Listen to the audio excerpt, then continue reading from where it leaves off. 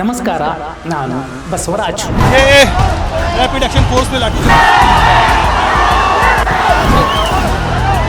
ನೋಡಿ, ಜಂತರ್ ಮಂತರ್ನಲ್ಲಿ ನಡೀತಿರುವಂತಹ ಅತಿದೊಡ್ಡ ಉದ್ಯಮ, ಕ್ರಾಂತಿ, ಪ್ರತಿಭಟನೆ ಇದು ಕೇವಲ 24 ಲಕ್ಷ ಯುವಕ ಮತ್ತು ಯುವತಿಯರ ಭವಿಷ್ಯವನ್ನ ಅಲ್ಲಾಡಿಸ್ತಿರುವಂತಹ ಒಂದು ಹೋರಾಟ. We stand with the students firmly. They are asking for accountability in the education system. Delhi police, shame on you. The way you handle students, Delhi police, shame on you, shame on you. ಬದಲಾಗಿ ಆ 24 ಲಕ್ಷ ಯುವಕ ಯುವತಿಯರ ಬಡವರು, ಮಧ್ಯಮ ವರ್ಗದವರು ಆದಂತಹ ತಂದೆ ತಾಯಿಗಳು ಕಟ್ಟಿಕೊಂಡಂತಹ ಕನಸು ನುಚ್ಚುನೂರಾಗಿದ್ದರ ಒಂದು ಪ್ರತೀಕ ಅಲ್ಲ, ಆಕ್ರೋಶದ ಜ್ವಾಲೆ ಅಲ್ಲ, ಒಂದು ಭದ್ರವಾದ ವೈದ್ಯಕೀಯ ಶಿಕ್ಷಣ ವ್ಯವಸ್ಥೆಯನ್ನು ಯಾವ ಅಡಿಪಾಯಕ್ಕೆ ತಳಕ್ಕೆ ತಳ್ಳಬಹುದೋ ಅಂಥದ್ದೊಂದರ ವಿರುದ್ಧ, ಅಂತಹ ಷಡ್ಯಂತ್ರದ ವಿರುದ್ಧ ಸಾರಿರುವಂತಹ ಯುದ್ಧದಂತೆ ಕಾಣ್ತಿದೆ. ಗೋ ಕರೋನಾ, ಗೋ ಅಂದರೆ ಕರೋನಾ ಹೋಗೋದಿಲ್ಲ. ಗೋಮೂತ್ರವನ್ನು ಕುಡಿದ್ರೆ ಕ್ಯಾನ್ಸರ್ ಹೋಗುತ್ತೆ ಅನ್ನುವಂತಹ ಭಾಷಣಕಾರರ ಮಾತುಗಳಿಂದ ಆರೋಗ್ಯ ಸರಿ ಹೋಗೋದಿಲ್ಲ. ಕೆಲವು ವಿಚಾರಗಳು, ಕೆಲವು ಆಚಾರಗಳು, ಕೆಲವು ಸಂಸ್ಕಾರಗಳು ವೈದ್ಯಕೀಯ ಲೋಕಕ್ಕೆ ಅಚ್ಚರಿ ಮೂಡಿಸುವಂತೆ ಸಹಕರಿಸಬಹುದು. ಆದರೆ ಪೇಪರ್ ಲೀಕ್ ಮಾಡಿಸ್ಬಿಟ್ಟು ಧರ್ಮದ ಹೆಸರಿನಲ್ಲಿ, ಜಾತಿಯ ಹೆಸರಿನಲ್ಲಿ, ರಾಷ್ಟ್ರೀಯತೆಯ ಹೆಸರಿನಲ್ಲಿ ಯುವ ಪೀಳಿಗೆಯನ್ನು ಮರುಳು ಮಾಡಬಹುದು, ದಿಕ್ಕು ತಪ್ಪಿಸಬಹುದು ಅನ್ನುವಂತಹ ಏನೆಲ್ಲ ಲೆಕ್ಕಾಚಾರಗಳಿದ್ವೋ ಅವೆಲ್ಲವೂ ಕೂಡ ಬುಡಮೇಲಾಗ್ತಿದೆ. ನೋಡಿ, ಒಂದು ಕಾಲಕ್ಕೆ 2014 ಲೋಕಸಭಾ ಚುನಾವಣೆಗೂ ಮುಂಚೆ, ಆ ನಂತರ ಒಂದಷ್ಟು ವರ್ಷ ಮೋದಿ ಮೋದಿ ಮೋದಿ ಅನ್ನೋ ಘೋಷಣೆ ಮಾರ್ದನಿಸ್ತಿತ್ತು. ಅದು ವಿಪಕ್ಷದ ನಾಯಕರನ್ನು ನಿದ್ದೆಗೆಡಿಸಿತ್ತು ಕೂಡ. ಇವತ್ತು ಆ ಧ್ವನಿ ಅಡಗಿದೆಯಾ? ಎಲ್ಲಿ ಹೋಯಿತು? ಯಾಕಂದರೆ 2014 ಲೋಕಸಭಾ ಚುನಾವಣೆಯಲ್ಲಿ ಸುಮಾರು 2.3 ಕೋಟಿ ಯುವ ಮತದಾರರು ಪ್ರಪ್ರಥಮ ಬಾರಿಗೆ ಮತ ಹಾಕಿದವರು BJPಗೆ ಜೈ ಎಂದಿದ್ರು. ಯುವ ಭಾರತ ಅವತ್ತು ಬದಲಾವಣೆಯನ್ನು ಬಯಸಿತ್ತು. 287 ಸಂಸದರನ್ನು ಗೆಲ್ಲಿಸಿಕೊಳ್ಳುವ ಮೂಲಕ ಮೋದಿಯವರು ಪ್ರಧಾನಿಯಾದರು. ಆ ನಂತರದಲ್ಲಿ ವೇರಿಯೇಷನ್ ಆಗ್ತಾ ಬರ್ತಿದೆ. 303 ಗೆಲ್ತು, ಈ ಸಲ ಅಂತೂ ಇನ್ನೂ ಕಡಿಮೆ ಆಗಿದೆ. ಜಂತರ್ ಮಂತರ್ನ ಹೋರಾಟದ ಮೂಲ ವಿಚಾರದಲ್ಲಿ ನೋಡೋದಾದರೆ, ಈಗ ಜೆನ್ಜಿ ಸುಮಾರು 50 ಕೋಟಿ ಜೆನ್ಜಿ ಪೀಳಿಗೆ ಏನಿದೆ, ಅವರು ಬಹುಪಾಲು ಬದಲಾವಣೆಯನ್ನೇ ಇವತ್ತಿಗೂ ಬಯಸಬೇಕಿದೆ. ಕಾರಣ ಇಷ್ಟೇ, ಇವತ್ತು ಅಲ್ಲಿ ಹೋರಾಟ ಮಾಡ್ತಿರುವಂಥವರು ನೀಟ್ ಪೇಪರ್ ಲೀಕ್ಗೆ ಕಾರಣಕರ್ತರಾದವರು ಯಾರೇ ಇರಲಿ, ಅವರ ವಿರುದ್ಧ ಕಠಿಣ ಕ್ರಮ ಆಗಬೇಕು. ಆ ಅತ್ಯುನ್ನತ ಖಾತೆಯನ್ನು ನಿಭಾಯಿಸಿದಂತಹ ವ್ಯಕ್ತಿ ಆ ಸ್ಥಾನಕ್ಕೆ ರಾಜೀನಾಮೆ ಕೊಡಬೇಕು ಅಂತ ಬಯಸ್ತಿದೆ. ಅವರ ಬೇಡಿಕೆಯಲ್ಲಿ ತಪ್ಪಿದೆಯಾ? ಅವರ ಹೋರಾಟದಲ್ಲಿ ತಪ್ಪಿದೆಯಾ? ಯಾಕಂದರೆ ಬಾಬಾ ಸಾಹೇಬ್ ಡಾಕ್ಟರ್ ಭೀಮರಾವ್ ಅಂಬೇಡ್ಕರ್ ಅವರು ಕೊಟ್ಟಂತಹ ಪವಿತ್ರ ಗ್ರಂಥ ಸಂವಿಧಾನದ ಚೌಕಟ್ಟಿನ ಒಳಗಡೆನೇ ಜಂತರ್ ಮಂತರ್ನಲ್ಲಿ ಹೋರಾಟ ಆಗ್ತಿದೆ. ನೋಡಿ, ನಮಗೆ ಸಂವಿಧಾನ ಕೊಟ್ಟಂತಹ 21ನೇ ವಿಧಿ ತುಂಬ ಸ್ಪಷ್ಟವಾಗಿ ನಮಗೆ ಜೀವಿಸುವ ಹಕ್ಕನ್ನು, ವೈಯಕ್ತಿಕ ಸ್ವಾತಂತ್ರ್ಯದ ಹಕ್ಕನ್ನು ಪ್ರತಿಪಾದನೆ ಮಾಡುತ್ತೆ. ಇತ್ತೀಚಿನ ಕೆಲ ಸುಪ್ರೀಂ ಕೋರ್ಟ್ನ ಆದೇಶಗಳನ್ನು ನೋಡಿದ್ರೆ, ನ್ಯಾಯಸಮ್ಮತ ಮತ್ತು ಪಾರದರ್ಶಕ ಪರೀಕ್ಷಾ ವ್ಯವಸ್ಥೆ ಪಡೆಯುವುದು ನಾಗರಿಕರ 21ನೇ ವಿಧಿಯ ಅನ್ವಯ ಮೂಲಭೂತ ಹಕ್ಕು. ಪರೀಕ್ಷೆಯಲ್ಲಿ ಅಕ್ರಮ ನಡೆದಾಗ ವಿದ್ಯಾರ್ಥಿಗಳ ಭವಿಷ್ಯದ ಹಕ್ಕಿಗೆ ಧಕ್ಕೆ ಆಗುತ್ತೆ ಅಂತ ಸುಸ್ಪಷ್ಟವಾಗಿ ಹೇಳಿದ್ದೆ. ಎರಡನೇದ್ದು ಸಮಾನತೆಯ ಹಕ್ಕು. 14ನೆಯ ವಿಧಿ ಹೇಳುವಂಥದ್ದು, ಪ್ರಾಮಾಣಿಕವಾಗಿ ಕಷ್ಟಪಟ್ಟು ಓದಿದ ವಿದ್ಯಾರ್ಥಿ ಮತ್ತು ಅಕ್ರಮವಾಗಿ ಪೇಪರ್ ಪಡೆದ ವಿದ್ಯಾರ್ಥಿ ಒಂದೇ ಸಾಲಿನಲ್ಲಿ ನಿಲ್ಲಲು ಸಾಧ್ಯವಿಲ್ಲ. ಪೇಪರ್ ಲೀಕ್ ಆರ್ಟಿಕಲ್ 14 ಪ್ರಕಾರ ಸಮಾನತೆಯ ತತ್ವವನ್ನು ಗಾಳಿಗೆ ತೂರುತ್ತೆ ಅಂತ ಹೇಳುತ್ತೆ. ಈ ಎರಡೂ ಹಕ್ಕುಗಳನ್ನು ನಾವು ಅನುಭವಿಸ್ತಿದ್ದೀವಿ ಈ ನೆಲದಲ್ಲಿ ಸಂವಿಧಾನದತ್ತವಾಗಿ ಅನ್ನೋದಾದರೆ, ಪ್ರಭುತ್ವ ಅಥವಾ ಪ್ರಭುತ್ವದ ವ್ಯಾಪ್ತಿಗೆ ಬರುವ ಯಾವುದೇ ಸ್ವಾಯತ್ತ ಸಂಸ್ಥೆಯ ತಪ್ಪುಗಳನ್ನು ಎತ್ತಿ ಹಿಡಿಯುವಂಥದ್ದು ಅಕ್ಷಮ್ಯವಲ್ಲ. ಅದಕ್ಕೂ ಕೂಡ ಕಾನೂನಿನ ಚೌಕಟ್ಟಿನಲ್ಲಿ ಒಂದಷ್ಟು ಇತಿಮಿತಿ ಇರುತ್ತೆ, ನಾವು ಯಾವ ರೀತಿ ಪ್ರತಿಭಟಿಸಬೇಕು ಅಂತ. ಇದಲ್ಲದೆ 19(1)(a) ಮತ್ತು 1(b) ಪ್ರಕಾರ ಅಭಿವ್ಯಕ್ತಿ ಸ್ವಾತಂತ್ರ್ಯ ಮತ್ತು ಶಾಂತಿಯುತ ಪ್ರತಿಭಟನೆಯ ಹಕ್ಕೇನಿದೆ, ಇಲ್ಲೂ ಕೂಡ ಜಂತರ್ ಮಂತರ್ನಲ್ಲಿ ಈಗ ಏನು ಹೋರಾಟ ಮಾಡ್ತಿದ್ದಾರೆ ನೋಡಿ, ಹೋರಾಟದ ವಿಷಯಕ್ಕೆ ಬಂದರೂ ಕೂಡ ಹಾಲಿ ಸರ್ಕಾರವನ್ನು, ಕೇಂದ್ರ ಸರ್ಕಾರವನ್ನು ಮೆಚ್ಚಿದ್ರೆ, ಹೊಗಳಿದ್ರೆ ಅವನನ್ನು ದೇಶ ಪ್ರೇಮಿ ಅಂತಲೂ, ಆ ಸರ್ಕಾರ ಮಾಡಬಹುದಾದಂತಹ, ಆ ಸರ್ಕಾರದ ವ್ಯಾಪ್ತಿಯಲ್ಲಿ ಆದಂತಹ ತಪ್ಪುಗಳನ್ನು ಪ್ರಶ್ನಿಸಿದ್ರೆ ಅವನನ್ನು ದೇಶದ್ರೋಹಿ ಅಂತಲೂ ಕರೆಯುವಂಥವರು ಕೆಲವರಿದ್ದಾರೆ. ಏನೂ ಮಾಡಲಿಕ್ಕಾಗೋದಿಲ್ಲ. ಆ ಕೆಲವರ ಕಾರಣಕ್ಕೆ ಈ ದೇಶದ ಪ್ರಜಾಪ್ರಭುತ್ವ ವ್ಯವಸ್ಥೆ ಹಾಳಾಗುತ್ತೆ ಅನ್ನೋದಾದರೆ ಅಂತಹ ಕೆಲವು ಹುಳಗಳನ್ನು ನಾವು ಪಕ್ಕಕ್ಕೆ ಸರಿಸಬೇಕು. ಅವು ಏನೋ ಕಿರಿಕಿರಿ ಮಾಡ್ತಿರ್ತವೆ, ಕೂಗಾಡ್ತಿರ್ತವೆ, ಅಥವಾ ಕಮೆಂಟ್ ಮಾಡ್ತಿರ್ತವೆ, ಏನೋ ಮಾಡ್ತಿರ್ತವೆ. ಅವರು ಪಕ್ಕಕ್ಕೆ ಹೋಗದೆ ಹೋದರೆ ನಾಳೆ ಹೀಗೆ ಕಾಮೆಂಟ್ ಮಾಡುವಂಥವರ ಮಕ್ಕಳ ಭವಿಷ್ಯ ಕೂಡ ಎಲ್ಲಿಗೋ ಹೋಗಿ ನಿಲ್ಲತ್ತೆ. ನೋಡಿ, ಇಲ್ಲಿ ಏನು ರಾಷ್ಟ್ರೀಯ ಪರೀಕ್ಷಾ ಸಂಸ್ಥೆ NTA ಸ್ವಾಯತ್ತ ಸಂಸ್ಥೆ ಅದು ತಪ್ಪು ಮಾಡಿದೆ ಅನ್ನೋದನ್ನು ಸಾರ್ವಜನಿಕವಾಗಿ ಒಪ್ಪಿಕೊಳ್ಳದಿದ್ದಾಗ ಒತ್ತಡ ಹೇರಲು ಹೋರಾಟ ಅನಿವಾರ್ಯ ಆಗಿತ್ತು. ಅದನ್ನೇ ಅಲ್ಲಿನ ವಿದ್ಯಾರ್ಥಿಗಳು ಜೆನ್ಜಿ ಯುವ ಪಡೆ ಮಾಡ್ತಿರುವಂಥದ್ದು. ವಿದ್ಯಾರ್ಥಿಗಳು ಯಾವುದೇ ಹಿಂಸಾಚಾರಕ್ಕೆ ಇಳಿಯದೆ CBI ತನಿಖೆ ಮತ್ತು ಪಾರದರ್ಶಕ ಧರಣಿ ನಡೆಸಿದ್ದು ಸಂಪೂರ್ಣ ಪ್ರಜಾಸತ್ತಾತ್ಮಕ ಹೋರಾಟವೇ ಆಗಿದೆ. ಅದರಲ್ಲಿ ಕೂಡ ಯಾವುದೇ ರೀತಿಯ ತಪ್ಪು ಕಾಣಿಸೋದಿಲ್ಲ. ಇನ್ನು ಮುಖ್ಯ ಅಂದರೆ ಈ ಬೃಹತ್ ಪ್ರತಿಭಟನೆಯೇ ಸುಪ್ರೀಂ ಕೋರ್ಟ್ ಮಧ್ಯಪ್ರವೇಶಿಸಲು ಮತ್ತು ಸರ್ಕಾರ ಉನ್ನತ ಮಟ್ಟದ ಸುಧಾರಣಾ ಸಮಿತಿ ರಚಿಸಲು ಮುಖ್ಯ ಪ್ರೇರಣೆಯ ರೀತಿಯಲ್ಲಿ ಕಾಣ್ತಿರುವಂಥದ್ದು.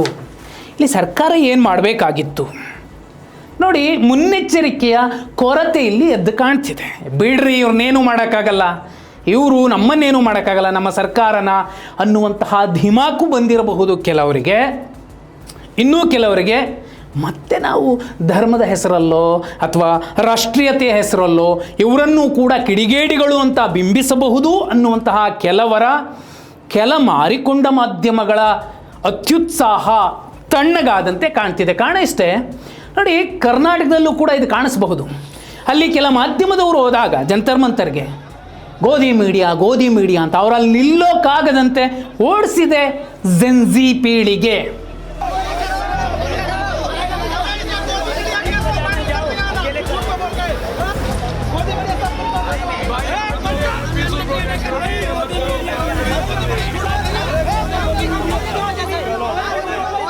ನಾಳೆ ನನಗೆ ಏನೋ ಗೊತ್ತಿದೆ, ನಾನೇನೋ ಹೇಳಿಬಿಡ್ತೀನಿ, ನಾನು ಹೇಳಿದ್ದೇ ಒಪ್ಕೋತಾರೆ, ಅದು ಧರ್ಮದ ಹೆಸರಿನಲ್ಲಿ, ಜಾತಿ ಹೆಸರಿನಲ್ಲಿ.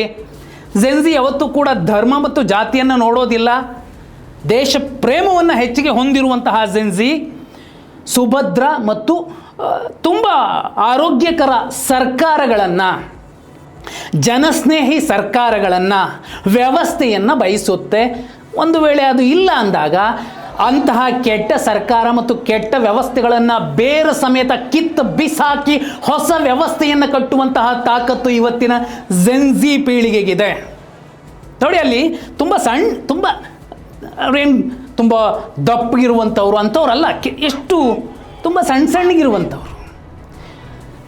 ಒಂದು ಹೆಣ್ಣುಮಗಳು ಪೊಲೀಸ್ ವ್ಯಾನನ್ನು ತಳ್ತಾಳೆ, ಅಡ್ಡ ಹೋಗಿ ನಿಂತ್ಕೋತಾಳೆ, ನನ್ನ ಮೇಲೆ ಬಿಟ್ಕೊಂಡು ಹೋಗಿ, ಬೇಕಿದ್ರೆ ನನ್ನ ಸ್ನೇಹಿತರನ್ನು ಅರೆಸ್ಟ್ ಮಾಡಿದಿರಿ ವಿನಾಕಾರಣ ಅಂತ. ಆಕೆಗಿರುವಂತಹ ಧೈರ್ಯ. ಇನ್ನೊಂದು ಹೆಣ್ಮಗಳು ತನ್ನ ಒಂದಷ್ಟು ಸ್ನೇಹಿತರನ್ನು ಕಾಪಾಡಲಿಕ್ಕೆ ಹಿಂದೆ ಲಾಠಿಲಿ ಹೊಡಿತಿರ್ತಾರೆ ಪೊಲೀಸರು, 4-5 ಜನ ಅಡ್ಡಗಟ್ಟಿ ನಿಂತ್ಕೋತಾಳೆ.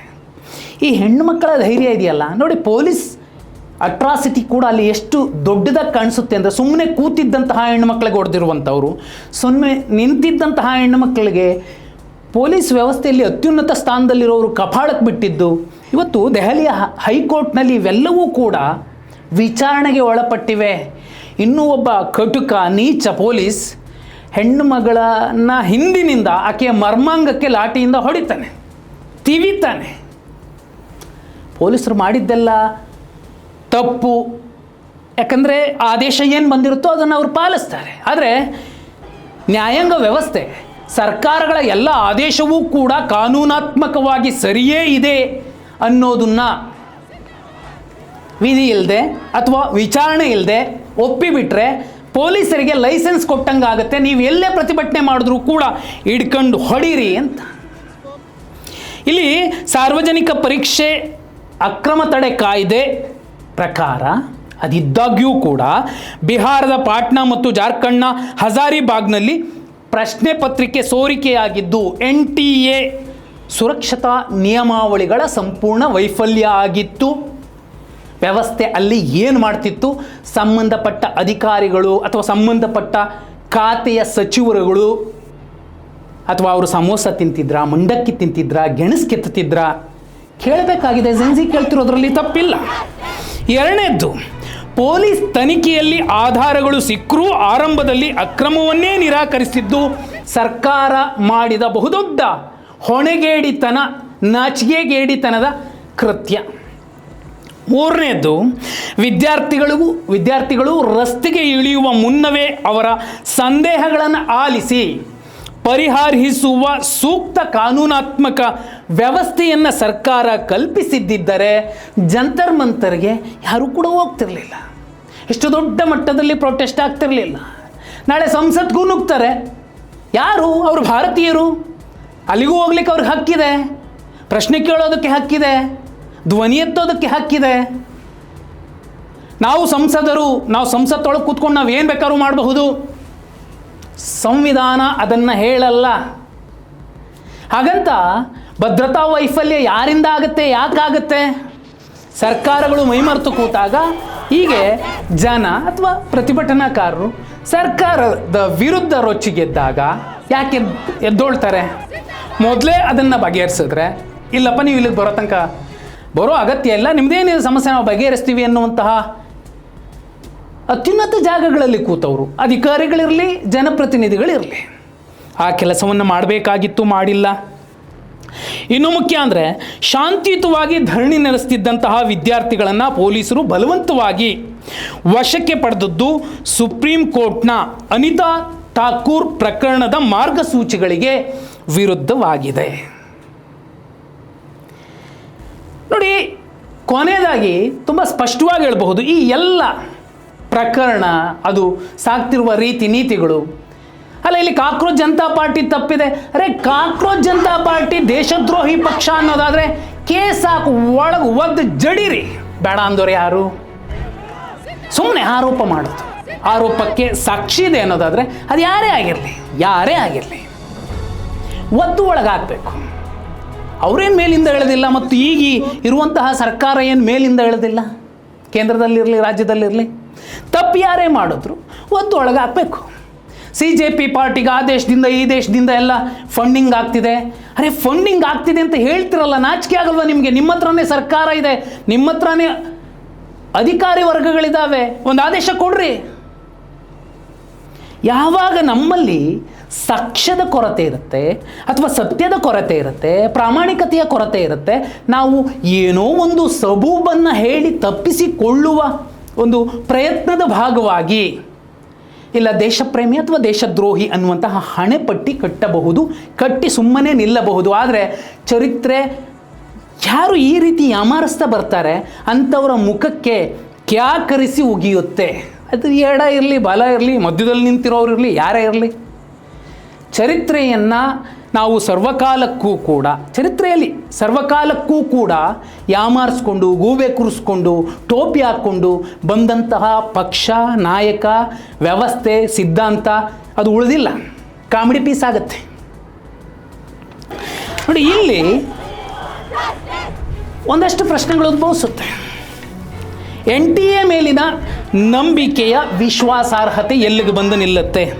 ಎಷ್ಟೇ ಕಠಿಣ ಕಾನೂನುಗಳು ಮತ್ತು ಭದ್ರತಾ ನಿಯಮಗಳಿದ್ದರೂ ಕೂಡ ರಾಷ್ಟ್ರೀಯ ಮಟ್ಟದ ಸಂಸ್ಥೆಯೊಂದರಿಂದ ಪ್ರಶ್ನೆ ಪತ್ರಿಕೆ ಲೀಕ್ ಆಗಲು ಹೇಗೆ ಸಾಧ್ಯ? ಅದು ಸ್ವಾಯತ್ತ ಸಂಸ್ಥೆ ಆದರೆ ಆ ಸ್ವಾಯತ್ತ ಸಂಸ್ಥೆ ಶ್ರೀಲಂಕಾದ್ದಲ್ಲ, ಬಾಂಗ್ಲಾದೇಶದ್ದಲ್ಲ, ಪಾಕಿಸ್ತಾನದ್ದಲ್ಲ, ಭಾರತದ್ದು, ಭಾರತ ಸರ್ಕಾರದ್ದು. ಹಾಗಿದ್ರೆ ಹೊಣೆಗಾರರು ಯಾರು?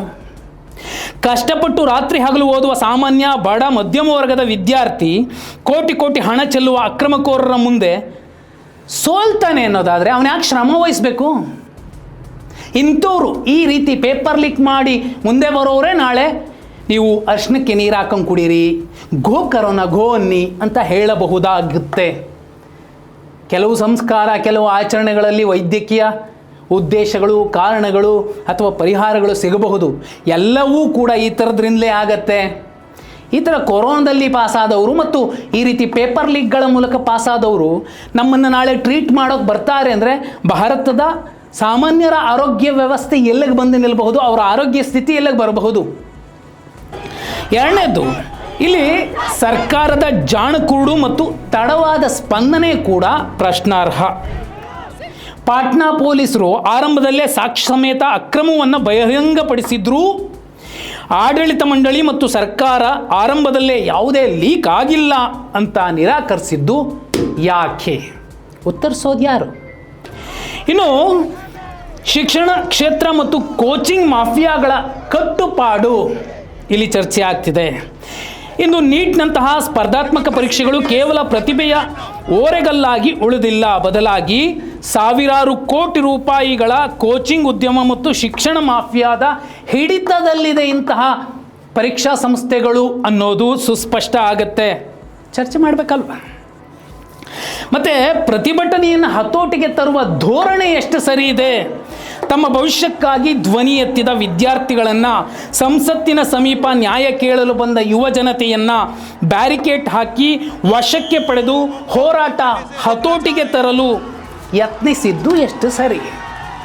ಇವೆಲ್ಲವೂ ಕೂಡ ಜಿನ್ಸಿ ನೋಡಿ, ಅವತ್ತು ಬರೀ ಸುಮಾರು 2.5 ಕೋಟಿ ಮೊದಲ ಬಾರಿಗೆ ಮತ ಹಾಕುವ ಮತದಾರರು ಇವತ್ತಿನ ಜಿನ್ಸಿಯ ವ್ಯಾಪ್ತಿಗೆ ಬರುವಂಥವ್ರಿಗಿಂತಲೂ ಮೇಲ್ನವರು. BJP ಬೇಕು ಅಂತ ಬಯಸಿದ್ರಲ್ಲ, ಈಗ ಅದು 2029 ಲೋಕಸಭಾ ಚುನಾವಣೆ ಹೊತ್ತಿಗೆ 50 ಕೋಟಿಗೂ ಮಿಗಿಲಾದಂತಹ ಜಿನ್ಸಿ ವೋಟರ್ಸ್ BJP ಬೇಕು ಅಂತ ಬಯಸ್ತಾರಾ? ಕಮೆಂಟ್ ಮಾಡಿ.